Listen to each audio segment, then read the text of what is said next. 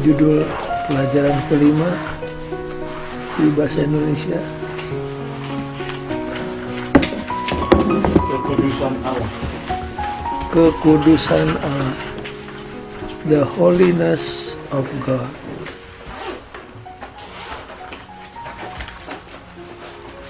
Penulis Alkitab tidak mencoba untuk membuktikan bahwa Allah itu ada. Kalau saudara baca dari Musa yang nulis buku Kejadian sampai Rasul Yohanes yang nulis buku Wahyu, tidak ada seorang pun dari antara mereka yang berusaha membuktikan bahwa Allah itu ada. Mereka semua hanya menyebutkan, affirm, bahwa Allah itu ada. Itulah asumsi dasar dari seluruh penulis Alkitab, bahwa Tuhan itu ada. Kalau di dalam kelas ilmu ukur ini disebut apa? Satu dalil yang tidak perlu dibuktikan, aksioma. Dalam Alkitab, keberadaan Allah itu merupakan satu aksioma. Mereka tidak berusaha untuk membuktikan bahwa Allah itu ada. Mereka semua hanya menyebutkan Allah itu ada. Dan sepanjang minggu yang baru lalu, kita memusatkan perhatian kepada salah satu segi daripada sifat alami Allah. Allah itu kasih adanya. Allah itu satu. Allah itu maha kuasa. Hari ini kita akan pelajari Allah itu suci adanya. Allah itu kudus adanya.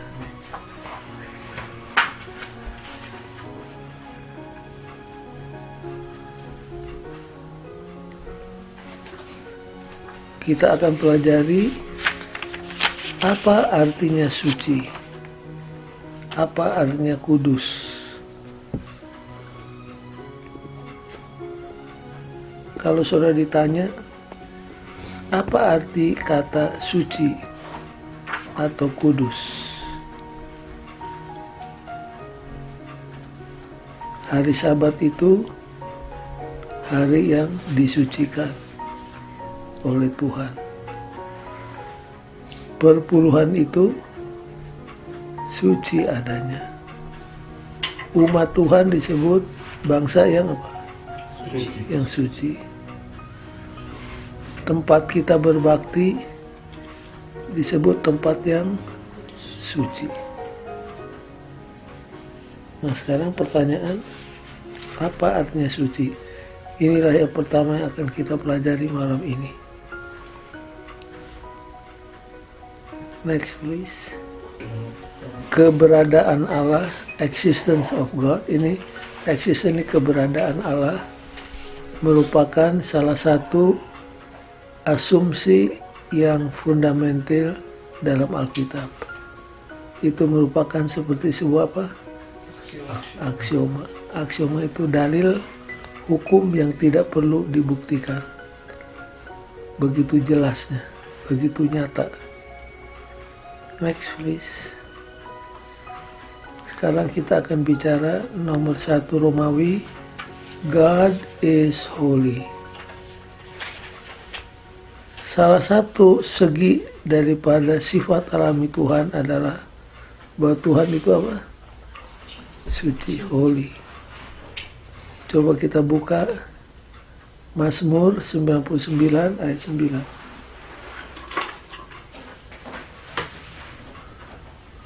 Ada Mazmur.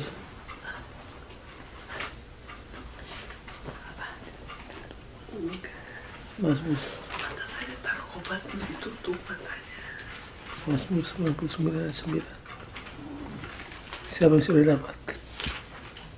Mazmur Mazmur 99 ayat 9. Tinggikanlah Tuhan Allah kita, dan sujudlah menyembah di hadapan gunung-Nya yang kudus. Sebab kuduslah Tuhan Allah kita. Tuhan harus diapakan? Ditinggikan. Dan harus diapa? Exalt the Lord and worship. Jadi tinggikan Tuhan, sembah Dia. Mengapa? Karena Dia holy. Karena Tuhan itu suci adanya.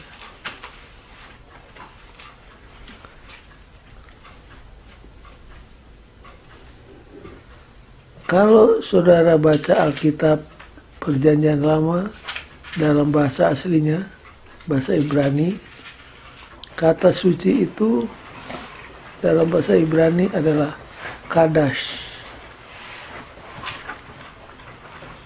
Apa nih kadas? Kalau itu dikenakan kepada Sabat, kadas itu artinya set apart for holy purposes. Hari Sabat itu hari suci, artinya hari yang satu ini, hari yang ketujuh, harus diasingkan untuk maksud-maksud yang suci. Jadi hari Sabat itu bukan untuk bekerja, bukan untuk berekreasi, bukan untuk bersekolah. Hari Sabat itu diasingkan untuk maksud-maksud ilahi. Kita beristirahat, kita ke gereja, kita melayani, orang sakit kita rawat, orang yang kekurangan kita cukupkan keperluannya. Nah, kalau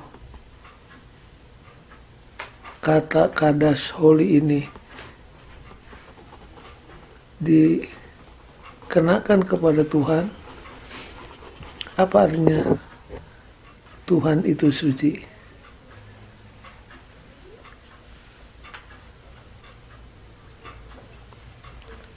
Baca hari Senin.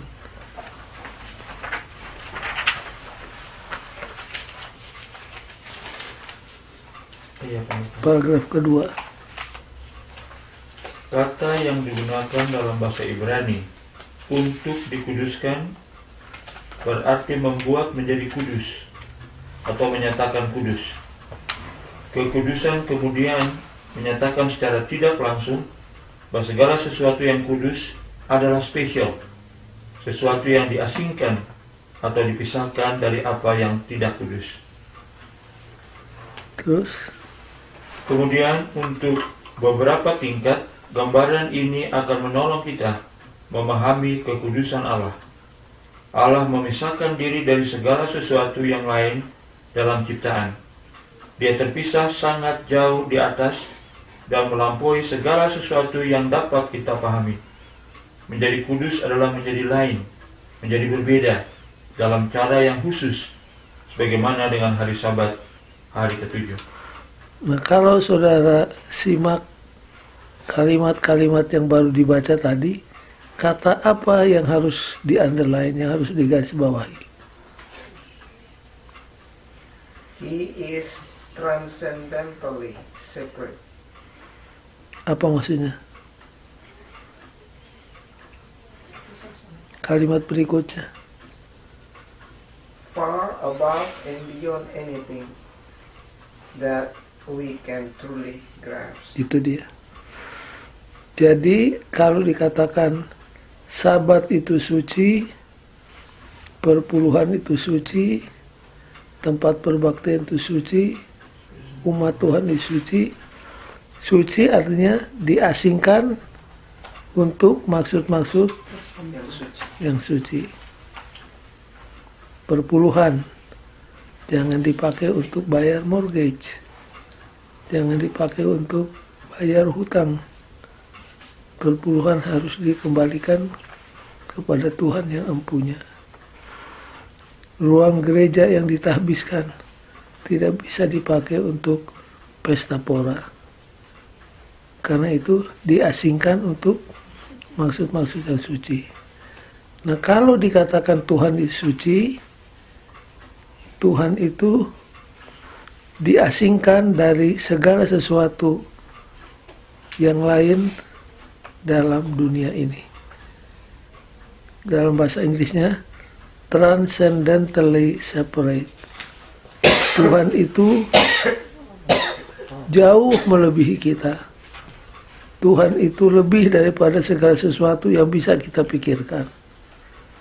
Tuhan itu beda dalam cara yang istimewa. Seperti hari Sabat itu beda dari hari-hari lainnya.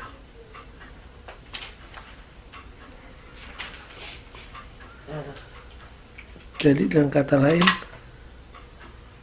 beda karena dia jauh lebih tinggi dari kita, jauh lebih mulia dari kita, jauh lebih dahsyat dari kita.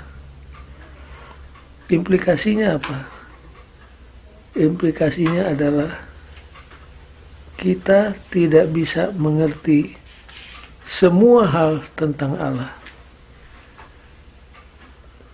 Kalau sampai kita bisa mengerti semua tentang Tuhan, maka Tuhan bukan lagi Tuhan.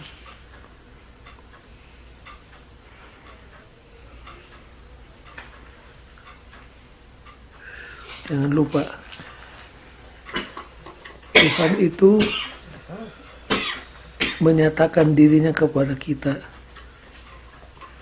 Kita mengetahui kehendaknya, kita mengetahui tabiatnya. Namun demikian, ada juga hal-hal yang Tuhan tidak nyatakan kepada kita. Dan kita harus merasa puas dengan hal itu.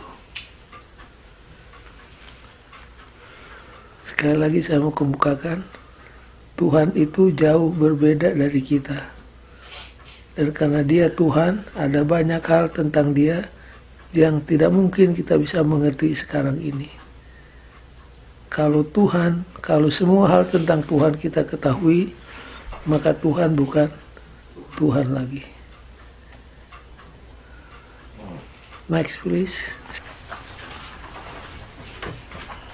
Transcendentally separate. Transcendent ini agak susah diterjemahkan dalam bahasa Indonesia. Di bahasa Inggrisnya apa? Tadi di bahasa Indonesianya Penisah soal. Tadi di hari Senin tadi. Kemudian untuk beberapa tingkat gambaran ini akan menolong kita memahami kekudusan Allah. Allah memisahkan diri dari segala sesuatu yang lain dalam ciptaan. Dia terpisah sangat jauh di atas dan melampaui segala sesuatu yang dapat kita pahami. Menjadi kudus adalah menjadi lain, menjadi berbeda dalam cara yang khusus, sebagaimana dengan Sabat hari ke-7. Itu paragraf di underline ya, di garis bawahi. Di sana diberikan keterangan tentang transcendentally. Misalkan saja ayat yang selalu kita baca di podium.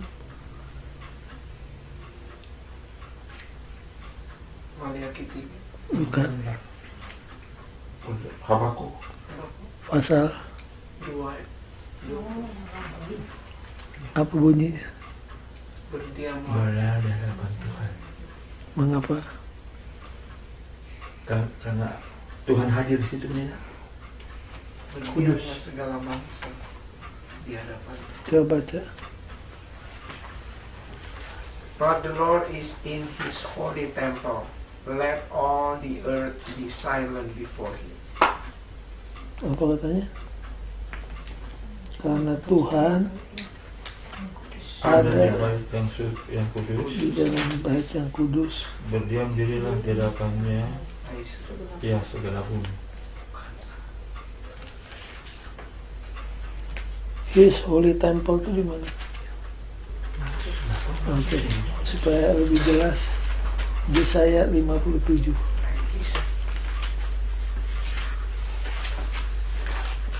Yesaya 57 ayat 15.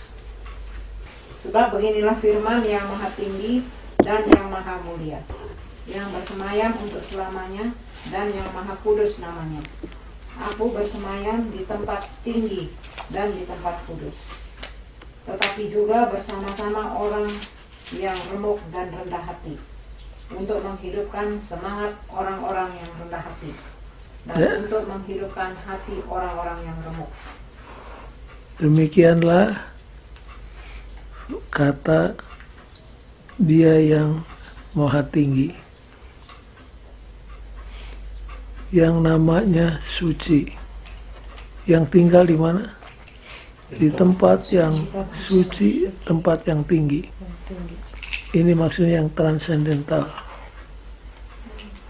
Jadi Tuhan itu melebihi kita. Kita tinggal di dunia, Tuhan di mana? Di surga. Tapi kalau sudah baca terus ayat ini, Tuhan yang maha tinggi, maha mulia, yang transendental, Tuhan yang sama juga tinggal di mana? Orang-orang yang rendah Di dalam hati orang-orang yang remuk. remuk. Jadi kalau kita punya hati humble, remuk, menyesal atas dosa kita, Tuhan juga tinggal di mana? Dengan Di hati kita. Jadi Tuhan itu jauh, tapi saat yang sama Dia juga bisa apa? Dekat. Jadi kita harus menjaga keseimbangan dari keduanya. Ada gereja yang menekankan Tuhan itu jauh sekali. Makanya orang-orang seperti ini kalau nyebut Tuhan bukan you tapi apa? Thou. Thee, thine, bahasa Inggris. Oh, itu di Bible yang ini, King Lama. James. Ya. Aha. Itu orang yang menekankan Tuhan itu transendental, jauh terpisah dari kita. Jadi mereka sangat berhati-hati menyebut nama Tuhan. Tapi ada orang yang merasa begitu dekat dengan Tuhan, sampai doanya, "Good morning Lord." Mula-mula kita kaget waktu di Andrews ada anak disuruh berdoa. Begitu buka doa, "Good morning Lord." Thank you. Bukan we thank thee. Thank you Lord. Seperti Tuhan itu siapa? Temannya. Nah, jangan lupa Tuhan adalah teman kita. Dia akrab dengan kita. Tapi saat yang sama jangan kita lupa bahwa Tuhan itu Tuhan yang maha suci, yang tinggal di tempat yang tinggi melebihi kita. Jadi antara kedekatan dan kejauhan ini harus kita pertahankan supaya balance.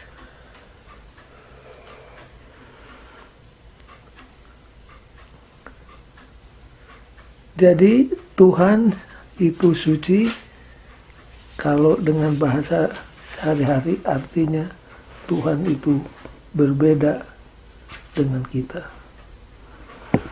Dalam hal apa Tuhan berbeda dari kita? Satu yang paling jelas, Tuhan itu adalah apa? Pencipta. Sedangkan kita adalah yang diciptakan. Itulah sebabnya kita harus menyembah Dia, harus memuji, membesarkan Dia. Seperti ayat hafalan kita, Mazmur 99 ayat 9, muliakan Tuhan, sembahlah Dia. Mengapa? Karena Dia suci adanya. Baik, jadi perbedaan pertama, God is the creator, we are creature. Kita adalah apa? Makhluk yang diciptakan. Yang kedua, Tuhan itu benar, righteous, Sedangkan kita Dosa. berdosa, najis. Tuhan itu kudus, kita najis. Itu harus selalu diingat. Nah, oleh karena Tuhan itu benar, suci, sedangkan kita najis karena dosa, maka terjadi apa di antara Tuhan dan kita? Gap. Gap atau kesenjangan. Sejak manusia jatuh ke dalam dosa, hubungan komunikasi yang tadinya langsung jadi bagaimana? Putus. Terputus. Tapi kita berterima kasih, Tuhan tidak pernah tinggalkan umatnya yang berdosa. Tuhan selalu mencari jalan untuk berkomunikasi dengan kita, orang berdosa. Cara apa yang paling sering digunakan Tuhan? General Revelation. General Revelation, apalagi? Nabi-nabi. Ya. Dari zaman dulu dengan cara yang berbeda, kata Paulus dalam suratan kepada Ibrani, Tuhan berbicara melalui apa? Nabi-nabinya. Tapi pada zaman akhir Tuhan bicara melalui anaknya. Jadi karena terjadi kesenjangan, maka Tuhan harus mencari jalan menjembatani hubungan kita yang putus.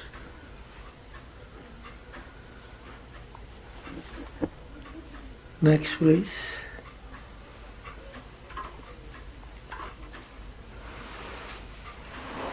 Tadi kita sudah pelajari bahwa Tuhan itu suci. Sekarang bagian kedua, man's response.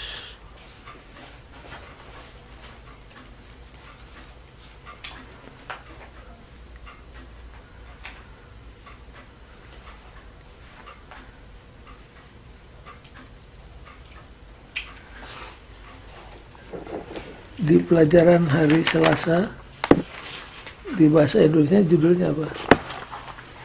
Hari Selasa dulu. Ya. Menyesal dalam debu dan abu. Apa? Menyesal dalam debu dan abu.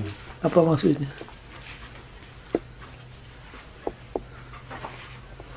Bahwa kita ini diciptakan dari Debu. Balut yang rendah. Kalau teman-teman kita orang Tionghoa mengalami duka karena ada yang meninggal di tengah-tengah keluarga, untuk menyatakan perkabungan bahwa mereka berkabung, mereka pakai baju apa? sackcloth. Sackcloth. Kalau saya nggak salah, kainnya kain belacu, Iya. Putih. ya, Iya. Santi. Kain belacu. Tidak pakai kain wol atau sutra. Kalau berduka mereka pakai kain belacu, kain yang paling murah di Indonesia. Biasanya warnanya putih.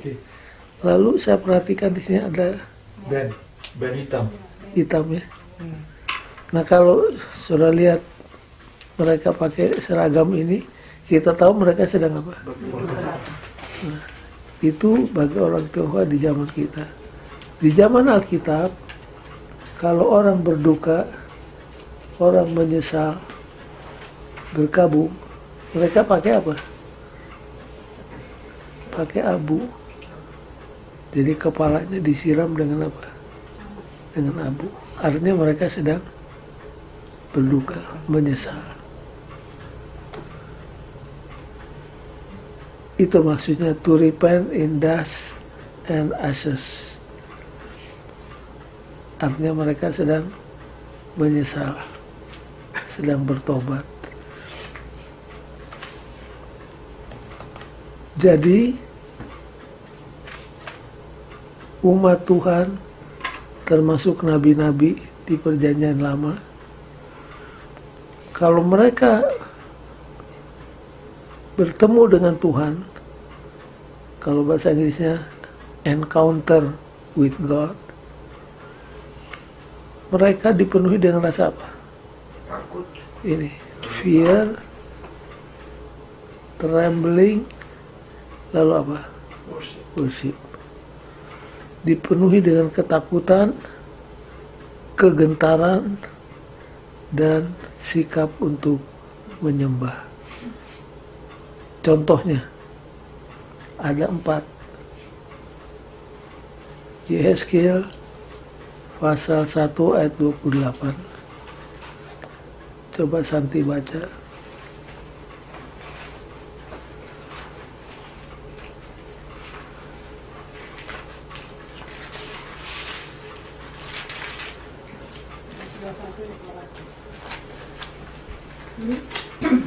Yehezkiel 1 ayat 28.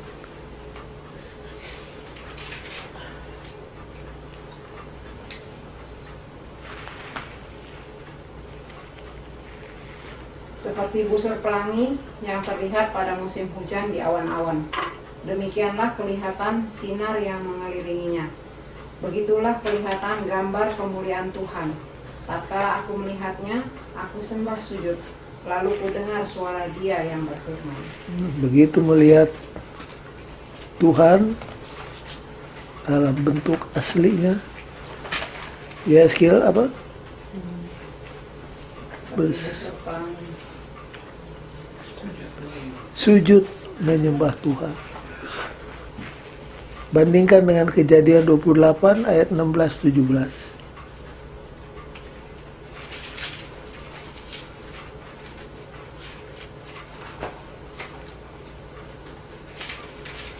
Sudah dapat Kejadian 28, 16, 17.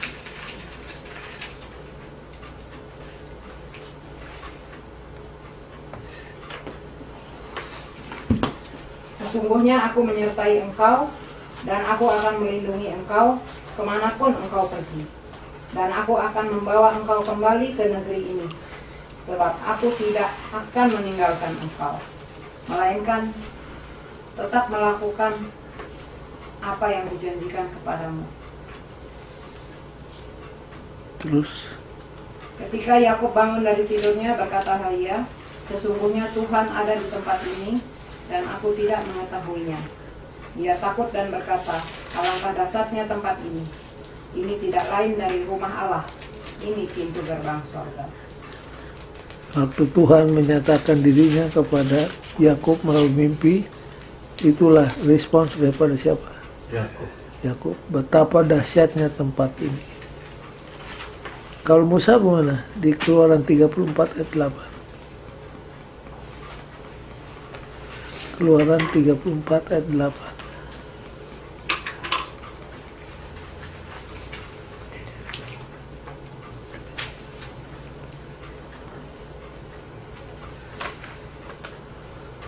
Segeralah Musa berlutut ke tanah, lalu sujud menyembah. Itu waktu Tuhan menyatakan dirinya kepada Musa. Di ayat yang lain, Musa katakan, aku begitu gemetar, rasanya aku akan mati. Jadi fear, trembling, worship. Untuk kita pelajarannya apa?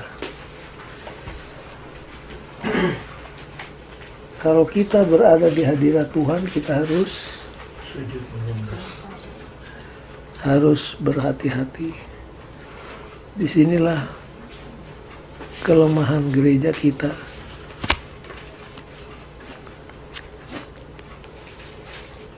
Kalau sudah masuk di katedral Katolik, bagaimana?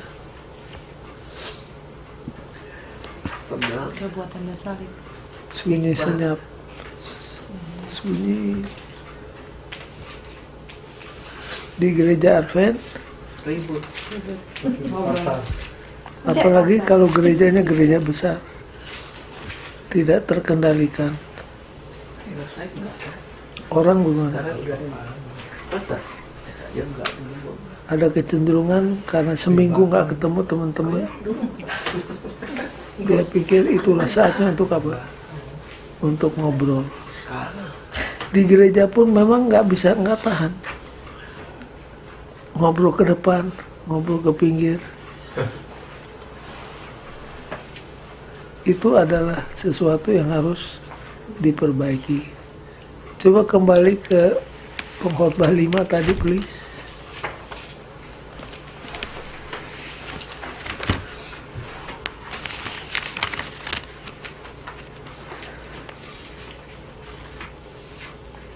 Sudah baca ayat 1. berapa? Ayat 1. Hai anakku, perhatikanlah hikmatku. Arahkanlah telingamu kepada kepandaian yang kuajarkan. Pengkhotbah. Sorry. Pengkhotbah. Janganlah terburu-buru dengan mulutmu dan janganlah hatimu. Betul. Iya betul. Dan janganlah hatimu lekas-lekas mengeluarkan perkataan di hadapan Allah. Oke, jangan apa? Jangan lekas-lekas mengeluarkan perkataan di hadapan Allah. Karena Allah ada di sorga dan engkau di bumi. Nah, itu dia. Oleh sebab itu, biarlah perkataanmu sedikit. Jadi kalau kita masuk gereja, ingat Al-Khatib pengkhotbah 5 ayat 1. Kalau bahasa Inggrisnya, walk prudently when you go to the house of God. Berjalanlah dengan bijaksana, dengan hati-hati apabila kamu masuk ke rumah Tuhan.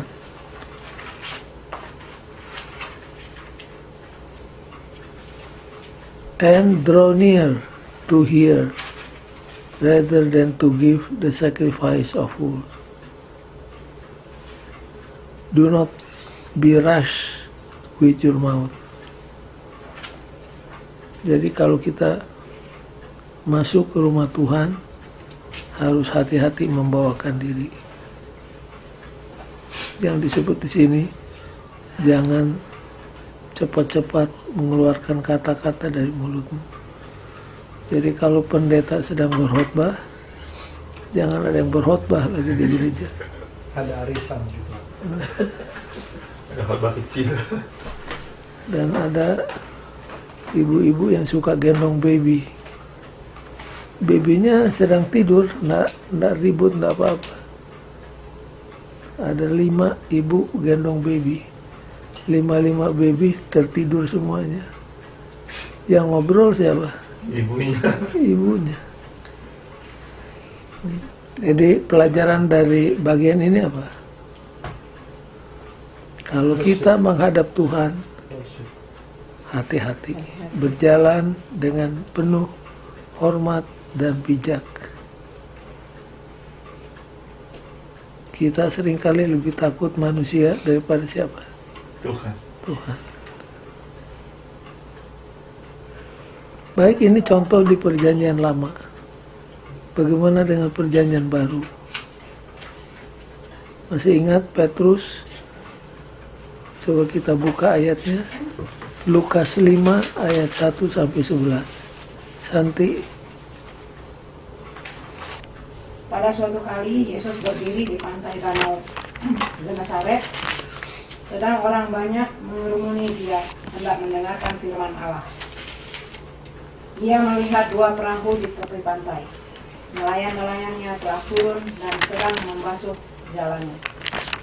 Dia naik ke dalam salah satu perahu, yaitu perahu Simon, dan menyuruh dia supaya menolakkan perahunya sedikit jauh dari pantai. Lalu ia duduk dan mengajar orang banyak dari atas perahu. Setelah selesai berbicara, ia berkata kepada Simon, "Bertolaklah ke tempat yang dalam, dan tebarkanlah jalamu untuk menangkap ikan." Simon menjawab, "Guru, telah sepanjang malam kami bekerja keras, dan kami tidak menangkap apa-apa. Tetapi karena engkau menyuruhnya, aku akan menebarkan jala juga." Dan mereka melakukannya. Mereka menangkap sejumlah besar ikan, sehingga jala mereka mulai koyak. Lalu mereka memberi isyarat kepada teman-temannya di perahu yang lain, supaya mereka datang membantunya. Dan mereka itu datang. Lalu mereka bersama-sama mengisi kedua perahu itu dengan ikan hingga hampir tenggelam. Ketika Simon melihat hal itu, ia pun tersungkur di depan Yesus dan berkata, "Tuhan, pergilah daripadaku, karena aku ini seorang berdosa. Sebab ia dan semua orang yang bersama-sama dengan dia takjub oleh karena banyaknya ikan yang mereka tangkap. Demikian juga Yakobus dan Yohanes, anak-anak Zebedeus, yang menjadi teman Simon. Kata Yesus kepada Simon, "Jangan takut, mulai dari sekarang engkau akan menjala manusia." Dan sesudah mereka menghela perahu-perahunya ke darat, mereka pun meninggalkan segala sesuatu, lalu mengikut Yesus. Yang jadi perhatian kita adalah ayat 8. Waktu Simon melihat hal ini, dia jatuh tersungkur di kaki Yesus. Apa katanya? Tuhan, pergilah daripada Depart from me, for I am a sinful man, O Lord. Pergilah, tinggalkan aku, karena aku ini orangnya apa? Berdosa. Mirip seperti nabi-nabi perjanjian lama tadi. Jadi bila mana berhadapan dengan Tuhan, bila mana kita berada di hadirat Tuhan, inilah respons kita. Kita menyadari bahwa kita orang yang penuh dengan dosa. Masih ingat Nabi Yesaya waktu melihat Tuhan bersemayam di tahtanya? Apa kata Yesaya? Aku najis celaka. Celakalah aku karena najis bibirku, dan aku tinggal di antara orang-orang yang najis bibirnya. Apa maksudnya? Dia merasakan bahwa dia orang yang penuh dengan dosa. Kalau kita ke gereja, jangan lihat orang lain. Jangan lihat pendeta, jangan lihat ketua. Pendeknya jangan lihat dan bandingkan kita dengan manusia. Kita harus fokus kepada siapa? Tuhan. Kalau kita fokus kepada Tuhan, baru kita tahu siapa kita. Kita adalah orang yang berdosa. Nah, kalau kita sadar kita orang berdosa, Tuhan akan memberikan jalan keluar. Dia akan mengampuni kita dari salah dan dosa kita. Siapa yang pergi berbakti dan melihat orang lain, membandingkan diri dengan orang lain? Orang Farisi. Waktu orang Farisi masuk ke Ka'bah, yang dilihat adalah siapa? Pungut cukai. Dia bandingkan dirinya dengan pungut cukai. Jadi sombong dia. Tapi pemungut cukai itu dia bandingkan dirinya dengan Tuhan. Dia hanya menepuk dada dan katakan, "Tuhan, ampuni saya karena saya orang berdosa." Waktu mereka pulang, Yesus katakan, "Maka pemungut cukai ini pulang, dosanya diampuni." Tidak seperti orang Farisi itu. Orang Farisi merasa dirinya suci, merasa dirinya benar, sehingga tidak memerlukan keampunan dari Tuhan.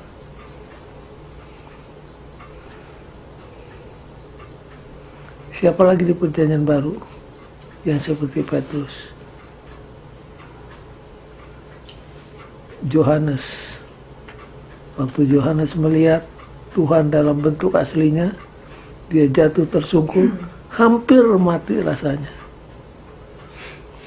Jadi nabi-nabi Perjanjian Lama, rasul-rasul Perjanjian Baru, begitu mereka berada di hadirat Tuhan, responsnya sama. Mereka mengetahui dirinya najis dan memerlukan anugerah dari Tuhan. Kemudian bukan cuma nabi-nabi dan rasul, setan pun mana? Coba buka Lukas 4. Lukas 4 ayat 31 sampai 36. Kemudian Yesus pergi ke Kapernaum, sebuah kota di Galilea, lalu mengajar di situ pada hari-hari Sabat. Mereka takjub mendengar pengajarannya, sebab perkataannya penuh kuasa. Di dalam rumah ibadat itu ada seorang yang kerasukan setan, dan ia berteriak dengan suara keras, "Hai engkau, Yesus orang Nazaret, apa urusanmu dengan kami? Engkau datang hendak membinasakan kami? Aku tahu siapa engkau, yang kudus dari Allah." Tetapi Yesus menghadapnya dan katanya, "Diam, keluarlah daripadanya." Dan setan itu pun menghempaskan orang itu ke tengah-tengah orang banyak, lalu keluar daripadanya dan sama sekali tidak menyakitinya. Dan semua orang takjub. Lalu berkata seorang kepada yang lain, katanya, "Alangkah hebatnya perkataan ini, sebab dengan penuh wibawa dan kuasa ia memberi perintah kepada roh-roh jahat, dan mereka pun keluar." Kalau saudara baca ayat 34, setan bilang, "I know who you are." Saya tahu siapa kamu. Siapa setan bilang? Yang kudus dari Allah. Yang kudus dari Allah. Setan aja tahu. Banyak orang Advent tidak tahu bahwa Tuhan itu kudus. Makanya di gereja seenaknya aja. Jadi saudara-saudara, jangan lupa, setan aja tahu Tuhan kudus. Banyak orang Advent tidak tahu, lalu berlaku semaunya di gereja.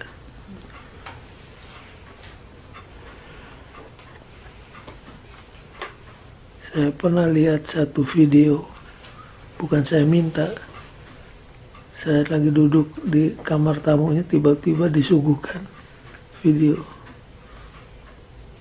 video tentang perbaktian di gereja Advent. Saudara tidak perlu tahu di gereja mana, dan jangan coba terka, bisa salah. Begitu selesai kebaktian, di video itu dikasih tunjuk satu orang buka baju, mana dia buka bajunya, siap untuk berkelahi, lalu berteriak, disambut dari bawah dengan teriakan. Ini di gereja. Saya bilang, sudah lebih baik dia tinggal di rumah. Dia di rumah mau buka baju, mau telanjang, silakan. Ini di gereja. Tidak mengerti. Makanya saya bilang, setan aja tahu Tuhan itu apa? Suci. Tapi banyak orang Advent tidak tahu Tuhan itu suci. Kalau kita ada di gereja, di hadiratnya, kita harus seperti nabi-nabi zaman dulu. Fear, trembling, worship. Apakah orang seperti itu sudah ditinggalkan roh? Ya, saya nggak mau judge. Tapi unbelievable. Yang satu berteriak, yang satu berteriak di rumah Tuhan, nggak masuk di akal. Jadi ingat saudara-saudara, Tuhan itu suci, kita ini najis. Tuhan itu ada di sorga, kita di dunia. Begitu kita berada di hadirat Tuhan, kita harus bawakan diri dengan hati-hati. Untung Tuhan tidak seperti waktu Nadab dan Abihu. Ya. Kalau saudara perhatikan, Nadab dan Abihu membawa api yang asing. Nadab dan Abihu anak daripada imam besar, dan dua-duanya sudah pernah naik ke gunung untuk ketemu Tuhan. Tapi begitu dia bawa api yang asing, akhirnya api bukan membakar korban, membakar siapa?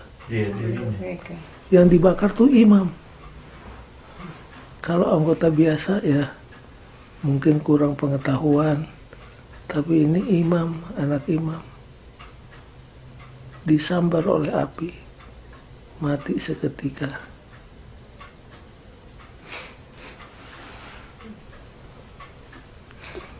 Sudah tahu kenapa Nadab dan Abihu berlaku demikian? Karena mabuk nih. Dia mabuk. orang mabuk tidak bisa membedakan mana yang kudus, mana yang biasa. Mereka pikir sama.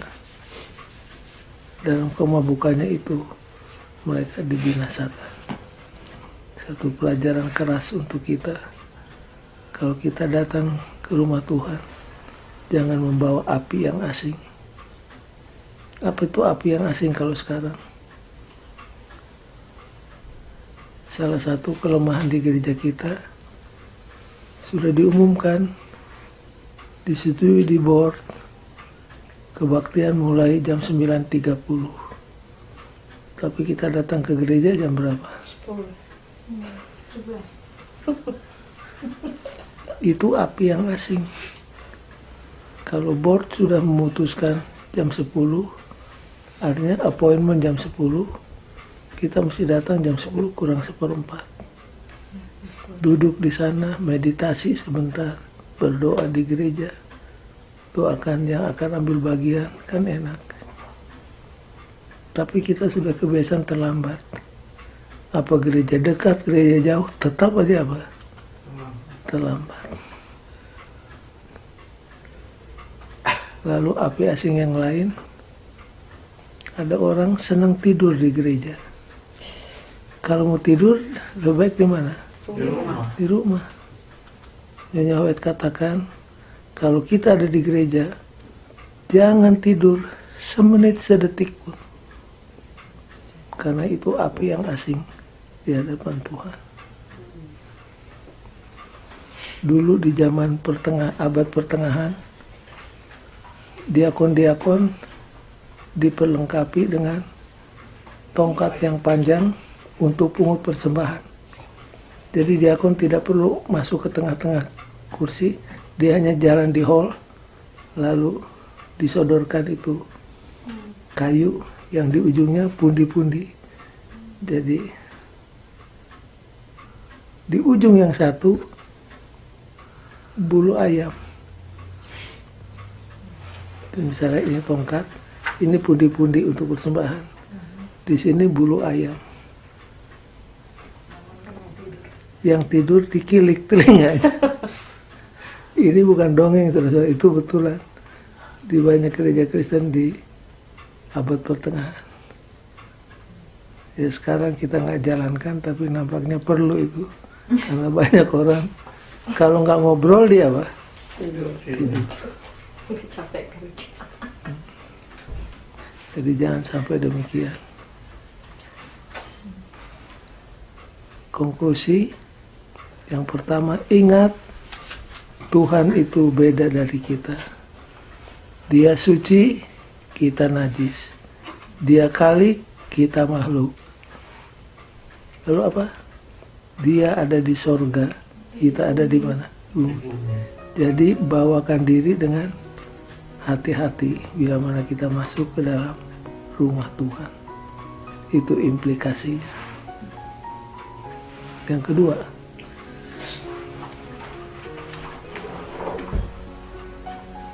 kita harus mendekati Tuhan dengan rasa apa? Takut. Ini takut ini bukan takut seperti takut harimau. Hormat. Fear ini reverent. Dengan hormat. Trembling. Dan apa? Worship. Ingat ya, inilah sikap yang ditunjukkan oleh baik Nabi, baik Rasul di dalam Alkitab.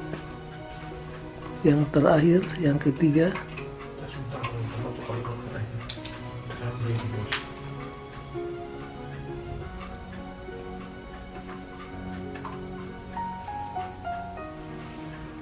di antara Tuhan dan kita ada gap. Gap itu kesenjangan. Ada gap. Tetapi syukur kepada Tuhan. Siapa yang menjembatani kesenjangan itu? Yesus. Itulah bedanya agama Kristen dengan agama lainnya. Pada waktu manusia jatuh ke dalam dosa, dosa itu membuat gap, membuat jurang pemisah antara Tuhan dengan kita. Karena dosa itu memisahkan kita dengan Tuhan.